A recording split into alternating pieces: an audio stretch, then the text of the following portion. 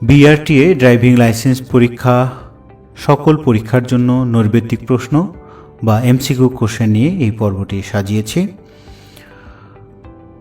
Driving licence পরীক্ষায় 20 নম্বরের প্রশ্ন থাকে, প্রতিটি প্রশ্নের মান 1, পাস নম্বর 12, সময় 20 মিনিট, সংক্ষিপ্ত প্রশ্ন 6টি, নৈর্ব্যক্তিক প্রশ্ন 8টি এবং ইঞ্জিন মেকানিজম সম্পর্কিত প্রশ্ন 6টি, এই মোট 20 নম্বর। আমরা প্রথম পর্বে সংক্ষিপ্ত প্রশ্ন এবং ইঞ্জিন মেকানিজম সম্পর্কিত প্রশ্ন নিয়ে আলোচনা করেছি। দ্বিতীয় পর্বে অর্থাৎ এই ভিডিওতে নৈর্ব্যক্তিক প্রশ্ন নিয়ে আমরা আলোচনা করছি। প্রথম প্রশ্ন, যেটি মেকানিজম অব অটোমোবাইলস এই অধ্যায়ের প্রশ্ন, সেটা হচ্ছে কুলিং ফ্যানের কাজ কি? রেডিয়েটরের পানিকে ঠান্ডা করা, ইঞ্জিন অয়েলকে ঠান্ডা করা, ব্রেক অয়েলকে ঠান্ডা করা, ব্যাটারিকে ঠান্ডা করা। এর উত্তর হবে রেডিয়েটরের পানিকে ঠান্ডা করা।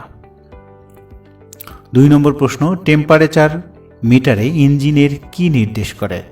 ইঞ্জিনের কার্যকরী তাপমাত্রা, গিয়ার বক্সের কার্যকরী তাপমাত্রা, রেডিয়েটরের কার্যকরী তাপমাত্রা। এটার উত্তর হবে ইঞ্জিনের কার্যকরী তাপমাত্রা। 3 নম্বর প্রশ্ন, ব্রেক মাস্টার সিলিন্ডারে ব্রেক অয়েলে লেভেল কম থাকলে কি হতে পারে? ব্রেক ফেল, ইঞ্জিন ওভারহিট, কালো ধোঁয়া নাকি বিকট আওয়াজ? এর উত্তর হবে ব্রেক ফেল হতে পারে। এয়ার ক্লিনারের কাজ কি? ইঞ্জিনকে ঠান্ডা করা, বাতাস ও পেট্রোলের মিশ্রণ তৈরি করা, বাতাস পরিষ্কার করা, ইঞ্জিন চালু করতে সহায়তা করা।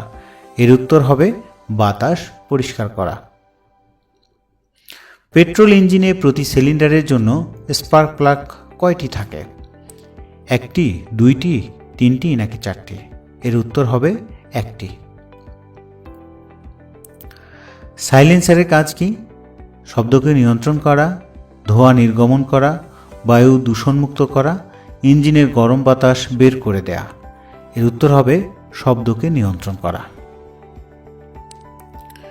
ইঞ্জিনের কুলিং সিস্টেমে কুলিং মিডিয়া হিসেবে সাধারণত কি ব্যবহৃত হয়? তৈল, গ্যাস, পানি নাকি ডিজেল? এর উত্তর হবে পানি।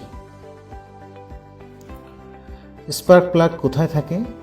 ডিজেল ইঞ্জিনের ব্লকে, পেট্রোল ইঞ্জিনের সিলিন্ডার হেডে, কার্বুরেটরের ভেতরে নাকি ডিস্ট্রিবিউটরের মধ্যে? এর উত্তর হবে পেট্রোল ইঞ্জিন সিলিন্ডার হেডে। ফুয়েল ও বাতাসকে নির্দিষ্ট অনুপাতে মিশ্রিত করে ইঞ্জিনে সরবরাহ করে কোনটি? Air cleaner, spark plug, carburettor নাকি মিক্সার? এর উত্তর হবে কার্বুরেটর। রেডিয়েটরের কাজ কি? পানি ঠান্ডা করা, রেডিও চালনা, কোনোটি নয়, নাকি জয়েন্ট পার্টস? এর উত্তর হবে পানি ঠান্ডা করা। গাড়িতে ব্যবহৃত ব্যাটারিতে ইলেকট্রোলাইটের লেভেল কমে গেলে কি ব্যবহার করতে হবে? নদীর পানি, মিনারেল ওয়াটার, ডিস্টিলড ওয়াটার নাকি সাগরের পানি? এর উত্তর হবে ডিস্টিলড ওয়াটার। এর পরের প্রশ্ন চালকের দায়িত্ব কর্তব্য নিয়ে। লুব অয়েল কোথায় দিতে হয়?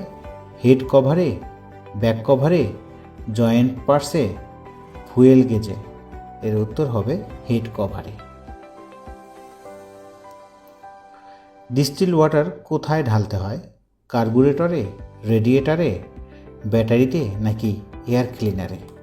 এর উত্তর হবে ব্যাটারিতে। গাড়ির গিয়ার পরিবর্তনের সময় কি করতে হয়? ব্রেক পেডেল চাপ দিতে হবে, ক্লাচ পেডেল চাপ দিতে হবে, এক্সিলেটর পেডেল চাপ দিতে হবে নাকি গাড়ির গতি কমাতে হবে? এর উত্তর হবে ক্লাচ পেডেল চাপ দিতে হবে। এই চিহ্নটি দ্বারা কি বোঝায়? আর চিহ্ন, থামানো নিষেধ, থামাতে হবে নাকি ওভারটেকিং নিষেধ? এর উত্তর হবে থামানো নিষেধ। এই চিহ্নটি দ্বারা কি বোঝায়? পার্কিং নিষেধ, পার্কিং করা যাবে, পথচারী চলাচল নিষেধ? এর উত্তর হবে পার্কিং নিষেধ। এই চিহ্নটি দ্বারা কি বোঝায়? প্রবেশ নিষেধ, সব ধরনের গাড়ি চলাচল করবে নাকি ওভারটেকিং নিষেধ? এর উত্তর হবে প্রবেশ নিষেধ। ট্রাফিক সিগন্যাল বা সংকেত কত প্রকার? 3 প্রকার, 4 প্রকার, 5 প্রকার নাকি 2 প্রকার? এর উত্তর হবে 3 প্রকার। লেভেল ক্রসিং বা রেল ক্রসিং কত প্রকার?